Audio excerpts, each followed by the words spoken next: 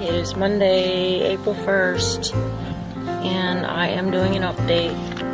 I have planted some little Thumbelinas today and seed starts, and in my gladiola bed I have little teeny wildflower seeds coming up, but I have seen no sign of the cannas yet. Taylor, it's windy. Hey, pretty boy. It's windy. Lilies are doing good. They're coming up. Some Wando peas in here. Whoa, what's going on? In here I've got some potatoes planted in this year-old straw. Underneath here they've been planted a couple weeks. They'll come up or they won't come up. It won't be any great loss if they don't. And right here I have a proven winter lilac. It is going on its second year.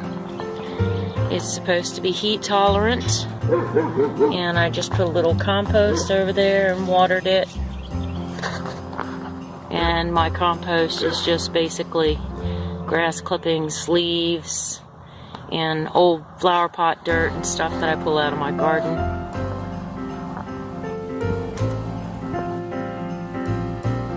There's a couple of pots of garlic chives that are a couple of years old, 5 or 6 years old. And strawberries that I moved out of the crate into this little temporary nursery are doing pretty good. Also have a couple of little pieces of iceberg lettuce I pulled out of my winter garden and moved over here. But the strawberry plants seem to be doing real good. And I've been picking the blooms off some. There's Crinum lilies, and they're coming out. Look really ugly now, but these are the babies that came off of the big bulb. The bulbs can live up to 150, 200 years old if they're passed down through the family. And they don't need any special requirements. They really do well in poor soil. And that's my little strawberry, this little cinder block bed over here. Usually plant cucumbers in here. Right now it's more of a nursery for plants that I'm starting or recycling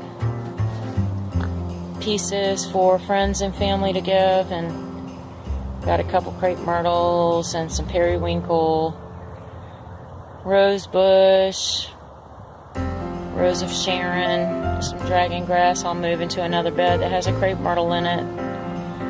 Some sage and garlic. It comes back every year. Gave half this to my neighbor last year and it looks like it's never been touched. And back here, and a couple of pots, mystery pots of seeds that I don't remember.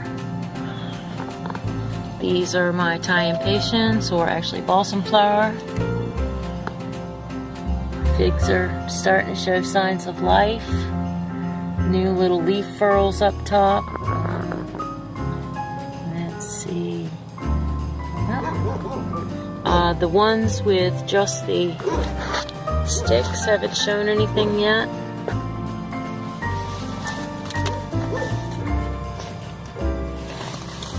But the ones with leaves have actually shown new bud growth and stuff.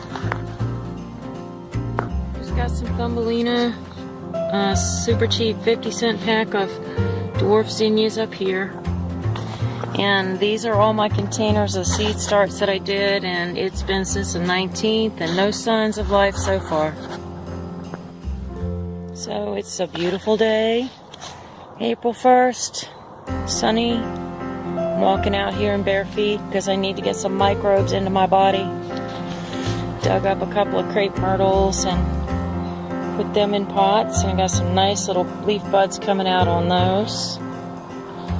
Give to friends and family. There's another one. Niblet. Gladiolas seem to be doing alright. Nice Rose of Sharon from last year. Got another little crepe myrtle in this dragon grass pot.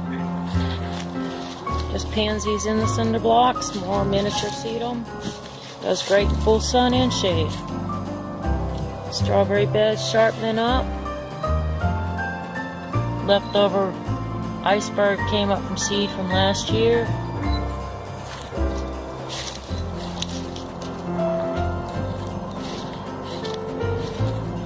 Lilies are doing okay over here. Starting to come up. There's some coreopsis I planted. So overall, it's a beautiful, windy April 1st.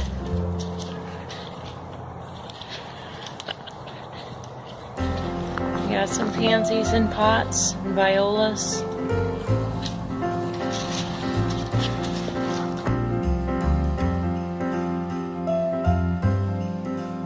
My Sarah Bernhardt peonies in this container are coming up well. This is the 3rd year. Hopefully, I'll get more than one flower this year. Last year, just one flower. Can't grow peonies in North Carolina in the sand. I can't, so now I have them in a container. And the container has got dianthus in it, and it's like I have a volunteer crepe myrtle. All my crepe myrtles are purple. This container is about 3 years old now. Over here I've got some sedum and daylilies coming up. I pulled a lot of henbit. See right there? I pulled a lot of henbit and creeping vetch out. Chickweed. Sedums are coming back. These are tall ones. They have a color flower like the one called Hopewell that has a coralish pink color flower. And back there I planted some pansies and dianthus, which is like a carnation. It's a biennial and self-seeding. And this is a road salvage. I grabbed these 2 days ago. It's a flowering almond from a destroyed property that's been eradicated. Yeah, it was a roadside thing in North Carolina, sandy soil. I love them. I've loved them for years, and I finally got brave the other day, and I went over there and snatched up about 6 or 8 pieces. So I put them in here with a little compost and sandy soil. And we're working on this bed. This has still got a lot of vetch in here.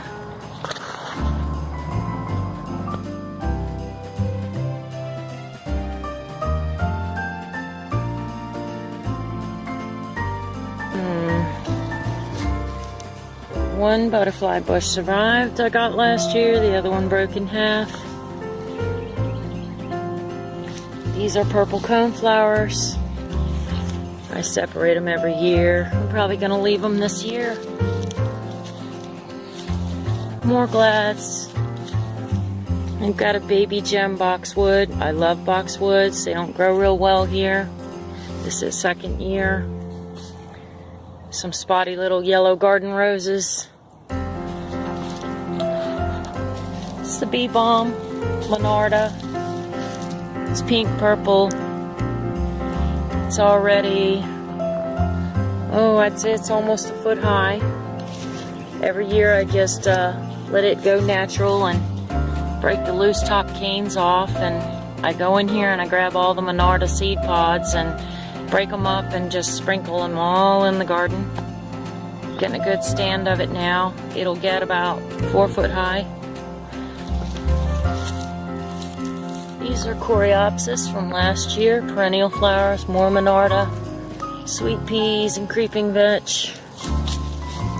This is an oleander. I cut it back to the ground. They don't do well in North Carolina like they do South Carolina. They're not perennial here. There are some babies coming up from the roots, so I'm leaving it until I see what happens. More Leonarda.